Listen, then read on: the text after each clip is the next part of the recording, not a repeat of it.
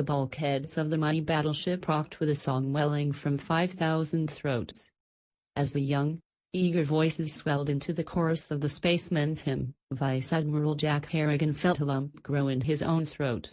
Captain Mike O'Brien, short, muscular and definitely Irish, joined the Admiral at the balcony hatch. Together they looked down upon the huge ship's auditorium.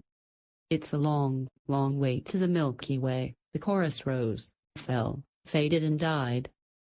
Harrigan nodded to O'Brien and the two men matched strides down the passageway. "Something on your mind, Jack?" O'Brien asked. "Oh, I don't know, Mike.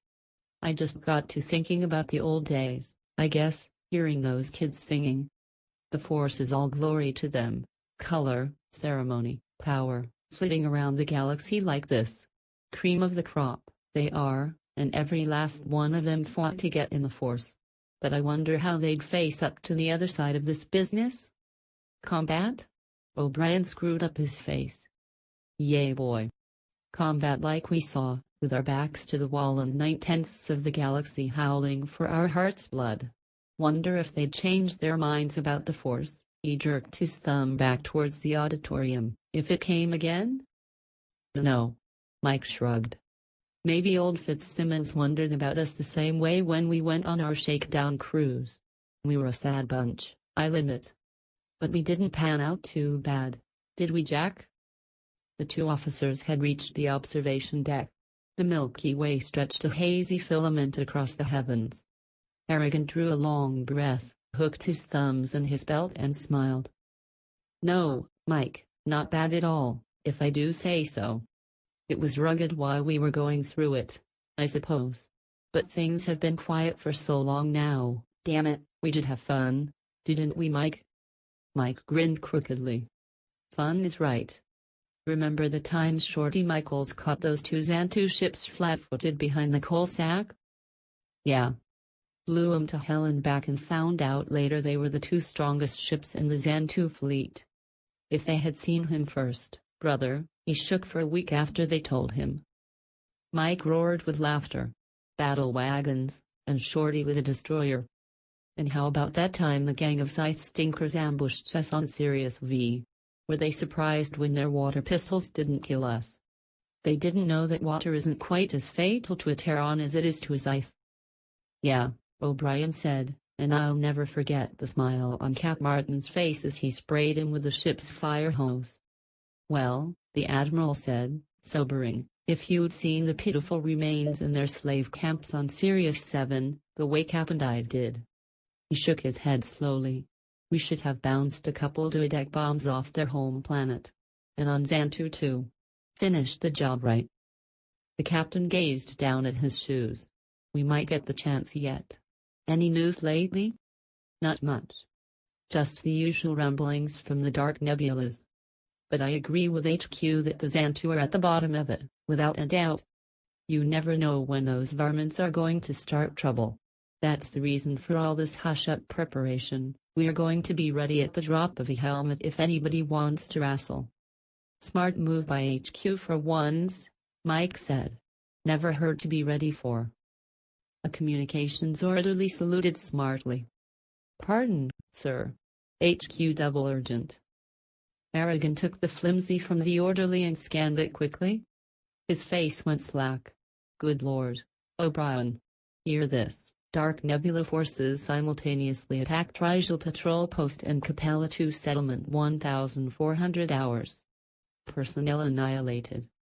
Fleet headed by Xantu elements headed Sector I returned to base immediately. Sector I Sol, Alpha Centauri, Sirius Sector." Mike whistled and shook his head. "They'll cut us off before we can reach Terra." "They will if we don't get a move on," the Admiral snapped, "and we can't fight with a green crew. Gotta get these kids back to Terra."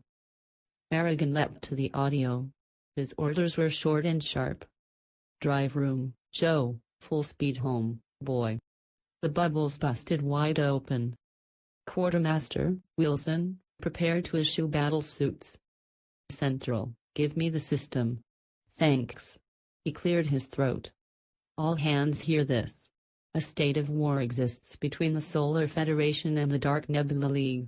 We will attempt to reach Terra Base before being cut off by the enemy fleet. However, just in case, we will be ready. Battle stations. The next few hours were hectic ones, especially for the few seasoned officers aboard the battleship Albion. The Albion was a fairly new ship. She was fast, heavily armored, and carried the latest guns, 3 facts which Harrigan hoped would save them from disaster.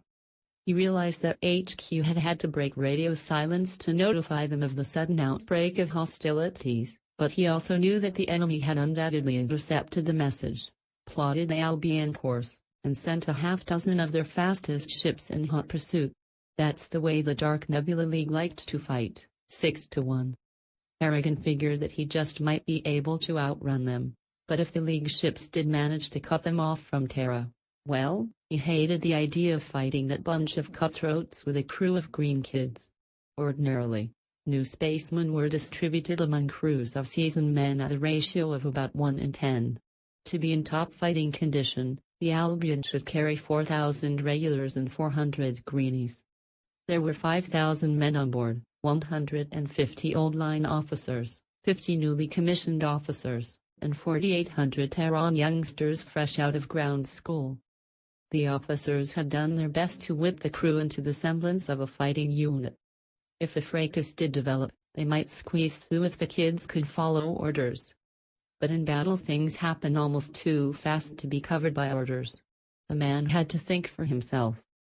Harrigan found himself staring through the forward screen, wishing that 3,000 or 4,000 hardened space marines would suddenly materialize out of thin air. O'Brien came steaming up. He sat down beside the Admiral, lit a cigarette and said, "Whoa." "Right you are," Harrigan answered. "Things sure popped, didn't they? And how? Think we ought to prowl?" "Guess so. We're going to watch things mighty damn close till we hit base. Better check the gun banks. And by the way, Mike, who had the controls when that order came in?" "Young chap named McDaniels." "And his navigator?" "Rose." "Why?" "Have them report to me when they come off. They're to be congratulated for getting us away fast and right. If the rest of the crew picks up as fast as those two, we'll make out okay. Let's have a look at those banks." The Albion's 8 gun banks spangled the ship from nose to tubes like stripes on a watermelon. Each bank was divided into A, B and C sections, 4, aft and center. 48 men and 2 officers manned each section. The atomic cannon in the nose were fired only by the ship's master gunner, a sardonic expert named Irvington. At number 6 gun bank, Harrigan and O'Brien entered section C hatch. O'Brien's mouth fell open. Along the catwalk behind the gun emplacements proper, men lounged and leaned. One slept. Several were smoking and most of them had thrown back their helmets. Of the 48, 3 had their eyes on the finder screens. "Attention," Harrigan roared, and 50 men jerked erect like puppets on a string. "Get your helmets up and your eyes on those screens. And keep them there until you're ordered off. This isn't a shakedown any longer, this is war." He turned to O'Brien. "Who's in charge here?" "Lieutenant Sanderson." "Leave the ensign in charge and have Sanderson report to the bridge at once." Harrigan stooped through the hatch. "And Mike, see that the word is passed along to the remaining gun crews. Damned if I'll see a repeat of this." "Yes, sir," Mike answered, and turned toward the nervous lieutenant. "Report to the bridge, mister, and prepare to be chewed." Sanderson managed a weak "yes, sir." Harrigan was pacing the bridge when McDaniels and Rose came in, stood at attention and saluted crisply. The Admiral returned the salute. "Relax, gentlemen.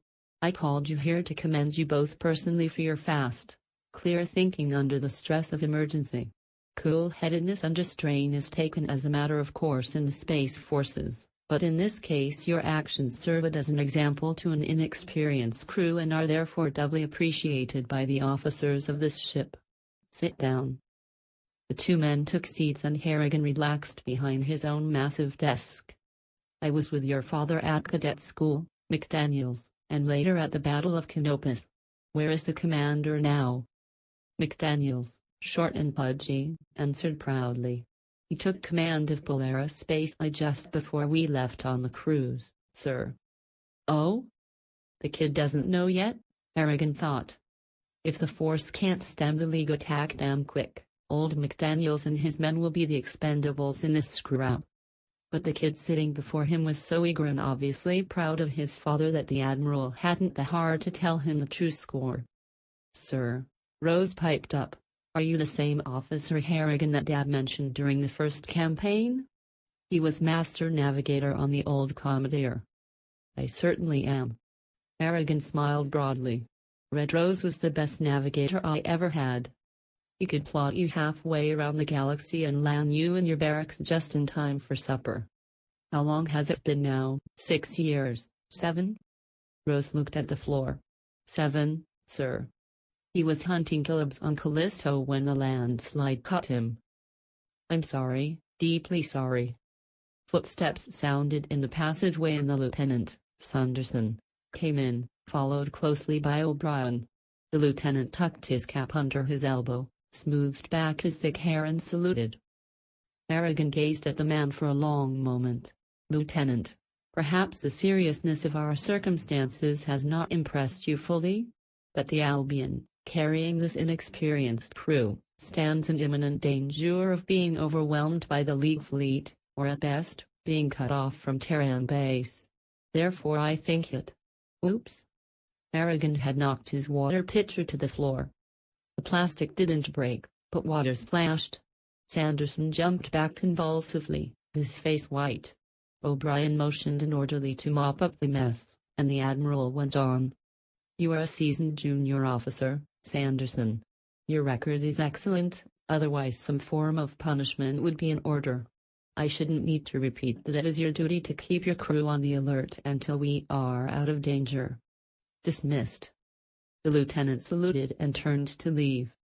Oh, Sanderson, one more thing. Harrigan rose and walked around the desk. Yes, sir? The Admiral faced the lieutenant and, before the dumbfounded rise of Rose, McDaniels and the orderly, very deliberately drew his service blaster and shot Sanderson dead center between the eyes. McDaniels gulped. Rose jumped up trembling. The orderly let his mop fall with a clatter. O'Brien winked at Harrigan. Great hell, you have killed him. Rose found his voice. That I have. That, gentlemen, Harrigan pointed to the corpse, is a Scythe. An immediate babble of whys and had you knows filled the air. Look, the Admiral motioned and the men gathered around the corpse. Harrigan stooped, ran his fingers through the thick black hair and came up with two fleshy, antenna-like appendages about 4 inches in length, which sprouted from the skull an inch or so above the hairline. On the Scythe home planet, their religion requires that the head be cleanly shaven, and these antennae are a source of pride. But when a Scythe wishes to pass furred hair on, he allows his hair to grow, and as long as the antennae are kept flat, he has a fair chance of going undetected. It's one of the oddities of the universe that the Scythe and Terran, so unlike in temperament, are, to the eye, unlike only in this small way. But, in Terran company, most Scythes acquire the nervous habit of continually running their hands over their hair, to make sure that the antennae are well hidden. But a lot of Terrans have the habit of smoothing down their hair. Rose objected. Isn't that pretty thin evidence to shoot a man by, if you're not sure? Right, O'Brien broke in, but you noticed that the Admiral said the antennae were the only difference noticeable to the eye. There's another, more important difference. The chemical makeup of the Scythe body is such that water reacts violently on contact with it, producing what corresponds to severe burns, usually resulting in death. The Admiral and I both noticed Sanderson's nervous habit down in the gun bank a while ago. A picture incident a few minutes ago proved to us that Sanderson was not a Terran. You men noticed how he shook and paled when the water splashed near him. Then this isn't Sanderson at all? McDaniels asked, his dark eyes wide with wonder. Our records indicate that a Lieutenant Vern Sanderson left Aldebaran 2 about 3 months ago to assist on the Albion shakedown cruise. My guess is that the real Sanderson met with foul play somewhere along the way and this thing was substituted. The League knew that war was coming. They also knew that the Federation has lately installed the new Dire gun and is in the process of installing the Bergessen hyperdrive in its capital ships. This critter was probably one of many sent to get those secrets. With them, victory for the League would be assured. But why kill him? Why didn't you take him prisoner and find out what he knew? For just one damned good reason, Harrigan answered.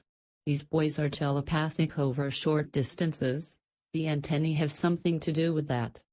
If I hadn't taken him by complete surprise, he would have notified his pals, if any, on this ship.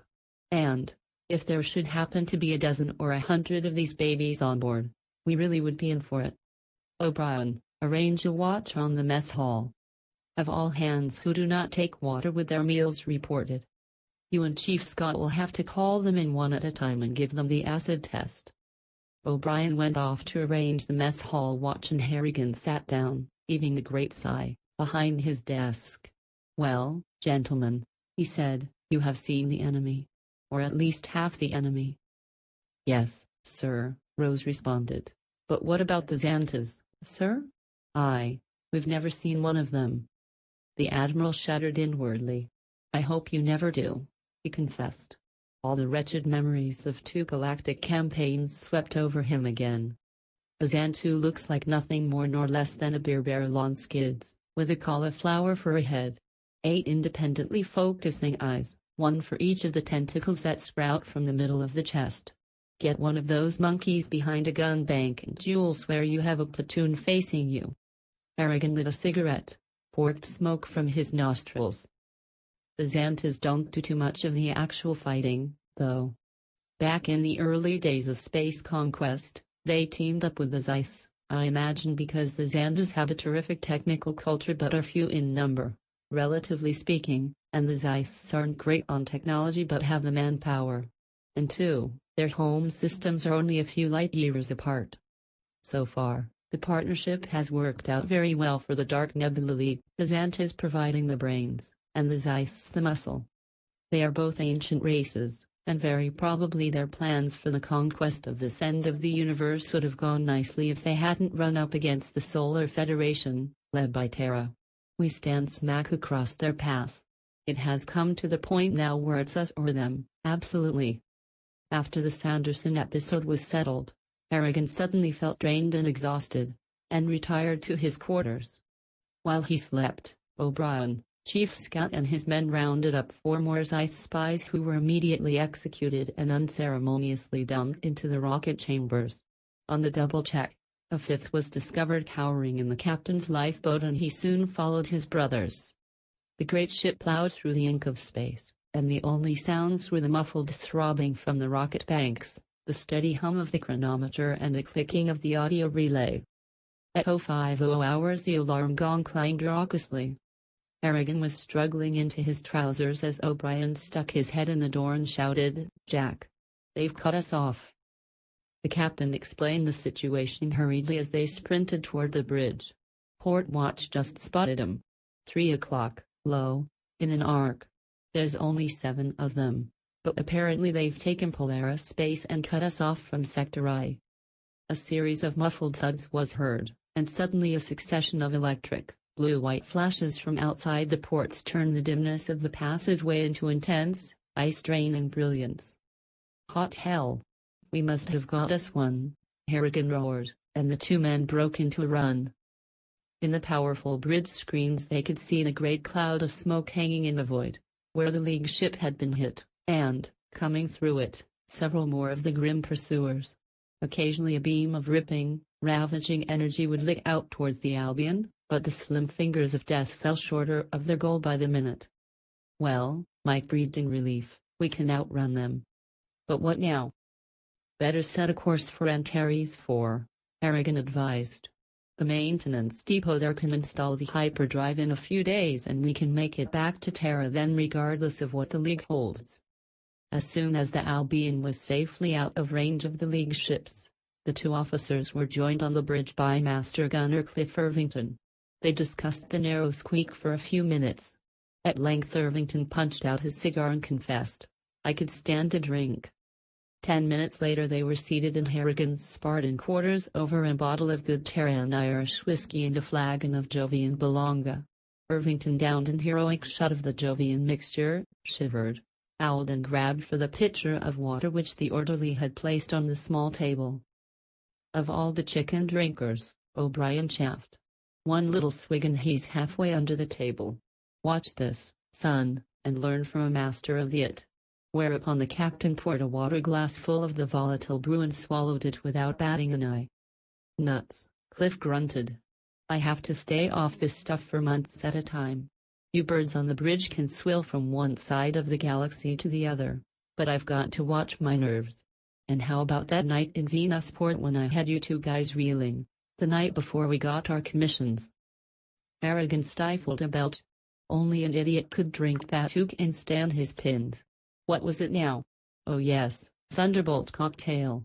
2 parts Terran vodka, 1 part Irish whiskey, gin, 3 eggs, nutmeg and a jolt of Martian Fairly. Cosmos. They say it made good rocket fuel in a pinch. O'Brien sat up, glass in hand. Why don't we mix a batch right now? Don't see why not. Harrigan flipped the audio switch. Stores. Anson? Send a man up with Formula 13. Will you?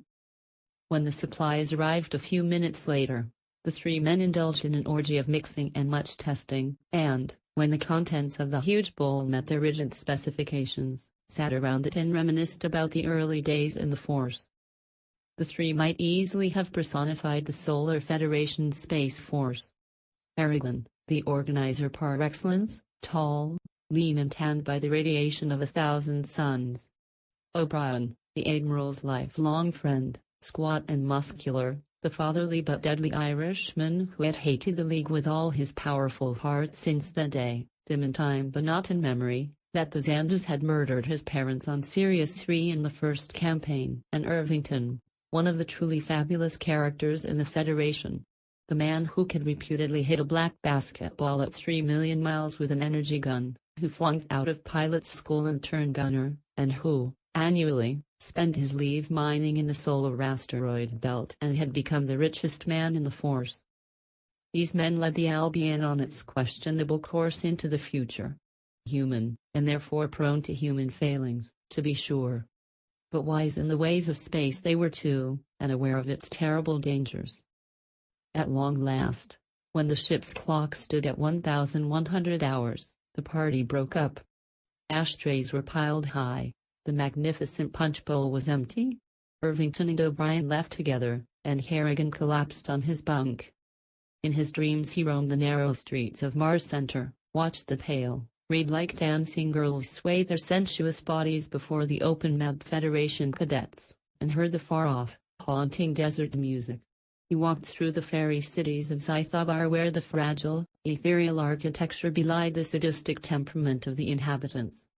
And he cruised the tainted stratosphere of the Xantu planet, that dark and sinister world whose peoples enjoyed nothing more than heaving Terran prisoners, one by one, into the mouth of roaring volcanoes. Aniton, the Federation base on Antares IV, was 6 days at full blast without hyperdrive.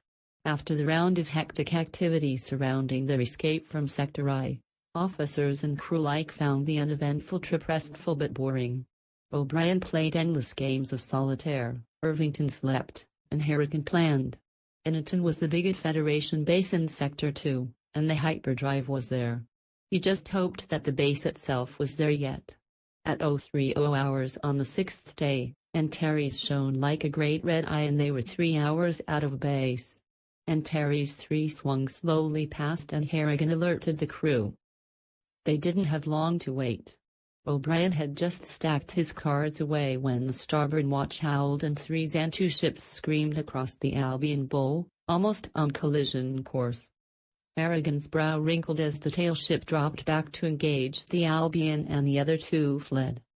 These were not the usual Xantu tactics. Irvington coolly got the black craft between his sights. There was a whoosh and a blinding blast and 4 billion square miles of space flashed into daylight. The Albion quickly overtook the 2 remaining ships and gunbanks 3, 4 and 5 riddled one of them. It slowed, spun and became a lifeless, drifting shell. But the pilot of Ship 3 was no fool. He suddenly swiveled his ship, boomed off at a tangent, and, as the Albion whipped by, his gunner caught her full in the tubes with a full charge from the stern guns. Now it was the Albion's turn to spin end for end. But as the Xantu craft spun into his sights for a fraction of a second, Irvington tripped the atomic cannon again. The bolt ricocheted off the Xantu's bow and the ship slowly split down the center like an overripe melon. From the bridge, Harrigan counted 3 lifeboats deserting the mother ship, and he watched the gunners vainly try to pick them off. But they were too small a target, and they quickly merged into the sanctuary of darkness. He buzzed O'Brien. "Let's get down to drive. Quick. They got that Xantu blast dead center." The drive section was a shambles. Men in weird asbestos suits and masks staggered through the smoke and fumes with the broken bodies of the rocket crew that had been caught in the explosion. Harrigan brushed at angry ears as they carried Joe Merrick, the officer in charge, past them and laid the charred body beside the others.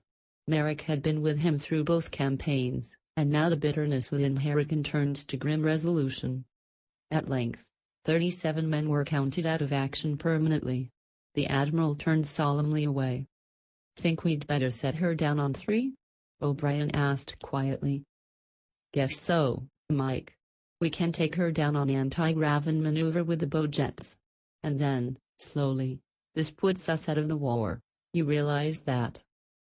"Yeah. And we can't even holler for help or they'll swarm in on us like a pack of harpies." "I don't know about that, Mike. Those boats that got away will probably alert other elements of the League fleet as to our location. It's only a matter of time anyway. So we might as well break radio silence and try to get some Federation ships here first. It'll be a race, but it's the only chance we've got." Radio room sent the SOS and rang back the bridge almost immediately. "Message away, sir, but our receiver was knocked out by the blast. We get no acknowledgement on SOS." "Oh great," Harrigan groaned, "that's all we needed." "Maybe we could make it on the boat jets," O'Brien offered. "Doubtful. Besides, we don't want to chance being caught in space with the Albion in this shape. If my guess is any good, those 3 ships were part of a fleet which has just attacked Newton, and by now the base is probably a smoking hole in the ground. No point in going to something like that." It took superhuman maneuvering and quite a bit of luck, but at last the scarred battleship came to rest, in partial hiding, at the foot of a cliff wall on the rugged, boulder-strewn surface of Antares 3. Space Directory termed the planet Earth type, Diam. 9300, atmosphere breathable for Terrans for a period not to exceed 12 hours. Harrigan had the portable Dyer guns arranged in a semicircle at advantageous spots behind boulders up to 1 mile from the Albion, in case the survivors of the League ships might set their boats down nearby and attempt to coup over land. The Albion's own boats carried out patrols in the hope of locating the enemy before the enemy located them. For 16 hours after the landing, everything was absolutely quiet. And then, as relief gun crews slogged at the main hatch to take their positions at the portables, all hell broke loose. A short-range, explosive rocket shell arched perfectly into the hatch and exploded with a deafening roar, scattering the relief crews like 10 pins and slamming the 2-ton hatch cover clean off its swivel pins. The 3 League boats, with devastating surprise, zoomed in low and fast over the outlying gun positions, spraying a trail of greasy powder which was ignited by their rockets. The countryside went up in a swirl and a flash. Another explosive rocket struck the Albion amidships before the crews got the more cumbersome fixed guns into firing position. The lightning-fast boats were too small and swift to be speared by anything save a lucky shot. Back and forth they raked the almost helpless battleship. The attack waned momentarily as one of the black boats was caught and instantly charred by crossfire from the Albion 1 and 4 banks. The remaining 2 changed tactics, roaring in over the big ship, past the top of the cliff, only to spin back, hit and run. 5 of the Albion patrol boats skittered home only to be caught in the fray and immediately knocked down. 3 more met the same fate and a 4th was dodging desperately for its life when Harrigan's eyes popped wide open with amazement. A pencil-like, silver destroyer escort. bearing the insignia of the Federation forces, fell on the League boats from zenith position and in a screaming, twisting dive blasted one and rammed the other into flying rubbish. The silver ship climbed a few miles vertically to see if the field had been properly cleared, flashed down and dusted to a stop beside the Albion. Aragon stepped over the smoking bodies in the main hatchway and dropped to the ground. O'Brien sprinted to join him, but before they could reach the other ship, an officer leapt from a belly lock and walked briskly towards them. He snapped a salute. "Admiral Harrigan of the Albion?" he asked. "Right, Lieutenant." Harrigan smiled wearily. "You're very welcome." "Lieutenant Sanderson, sir, 3rd Fleet Attack Arm. I was supposed." "Sanderson," O'Brien roared. "Yes, sir. I was assigned to the Albion, sir, but it took me 10 weeks to walk halfway around Pluto from where the Scythe stumped me and catch a ship to Terra Base. I take it they dubbed one of their beasties in for me?" "They sure did," Harrigan answered, "but there wasn't much harm done. I killed you on the bridge, Lieutenant." "Oh?" Sanderson looked puzzled for a brief moment, then smiled. "Oh, that's good. What's the score now?" O'Brien asked. "Well, sir, the 3rd Attack Fleet is standing off Anton now. You have probably guessed that part of the League fleet attacked the base. We picked up a few survivors, but damn few. Then we picked up a weak distress signal from this area and Admiral Brands had us check on it." "Good thing he did," Harrigan admitted. "And now, Lieutenant, if you will be so good as to radio for a tub to pick us up, I will be most happy to leave this planet." "Yes, sir, at once." Sanderson saluted and ran for his ship. 3 hours and a few odd minutes later, the transport tub Avalon settled its ponderous bulk beside the Albion and the slow transfer of the living and the dead began.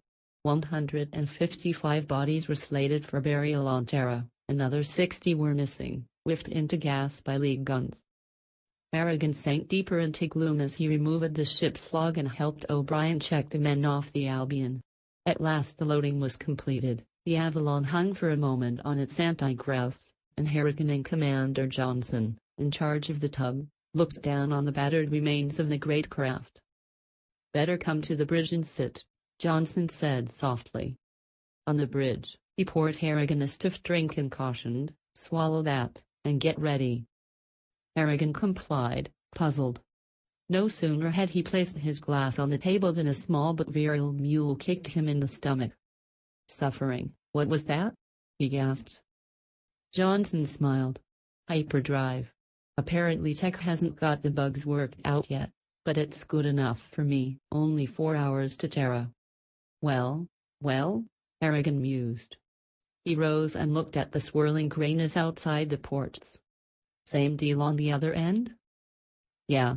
A little wrench in the gut, but you get used to it." Harrigan said, well, again and sat down. "Admiral." Johnson hesitated. "No offense, now, you understand, but I have been wondering what the Albion was doing way out here on Antares 3.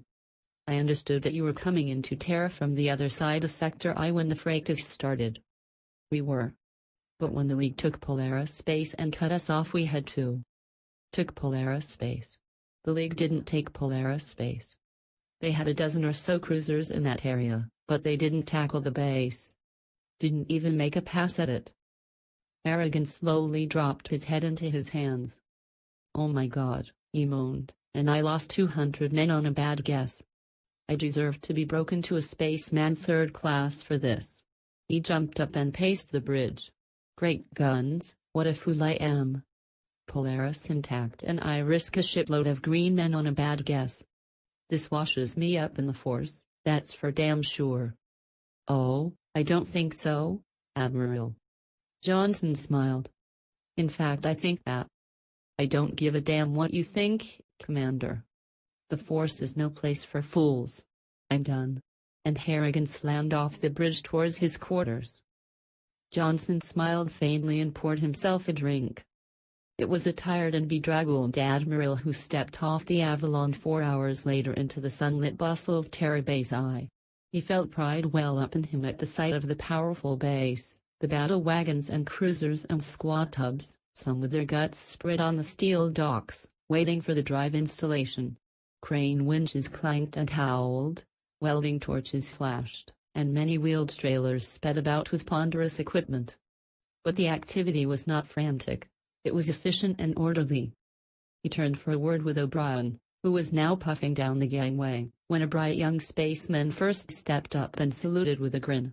Admiral Garrison's regards to Admiral Harrigan and Captain O'Brien, and would they report to HQ at once? Well, here it comes, Mike. Guess so, Mike agreed gloomily. Why are all these baboons so happy? He indicated the clustered groups of spacemen who regarded them smilingly as they passed and talked excitedly among themselves. No. Maybe they like the thought of admirals and captains getting chewed down. They paused briefly outside the door marked Admiral Garrison. GG Port Admiral. O'Brien shrugged. Here goes nothing. Inside, the tall, balding man behind the desk jumped to his feet with a grin. Jack. Mike. Boy, you two guys certainly beat anything I ever saw. Talk about your heroes. Cut it, George, Harrigan growled. You don't have to rub it in. Rub what in? Great Caesar, hasn't anyone told you yet? You guys won the war, that's all. Yeah. On the seat of our pants at Antares 3, O'Brien muttered. But I'm telling you, damn it. Garrison came around the desk and clapped them on the shoulders. Those League ships you brought down were heading for home with the hyperdrive secret. And you stopped them. Slow and stunning realization dawned on the two officers. O'Brien gave a long, low whistle and sank in his chair. Harrigan broke into a slow grin. What a deal. Garrison rubbed his hands. What a deal. You guys will get promotions out of this or my name isn't George Gare. But what the hell happened? Harrigan demanded. Like this, Garrison explained. 3 League ships picked up spies just off Eniton. They had the hyperdrive papers. Then they threw a duodeck bomb into the base and hightailed. The Albion was the only Federation ship of any size left in commission in the area. You got them. Just before the last League ship went down, it beamed a message to Zythobar, which we intercepted. So the third attack arm swung over quick to see what the trouble was. Then we got your SOS and went after you before the League could get back for a little of its well-known vengeance. Now, what the devil? Harrigan rubbed his chin, grinning. Is the war over, then? Not altogether, but it's just a matter of mopping up now, and fixing Zythobar and the Xantu planet once and for all. The 3rd and 7th attack arms are completely equipped with the drive and the 2nd is just about ready to roll. Brother, are those babies surprised when we pop out of nowhere into the middle of their formations and burn them down before they can aim a gun? But if they had hooked onto the drive secret, it would have been all day for the Federation. Garrison threw back his head and roared with laughter. You birds, with a green crew, he held his sides, with a tub full of greenies you win the war. And by accident yet. Oh lordy, he sat down to catch his breath. Well, I'll be, Harrigan shook his head. Yeah. I'll be one too, O'Brien muttered,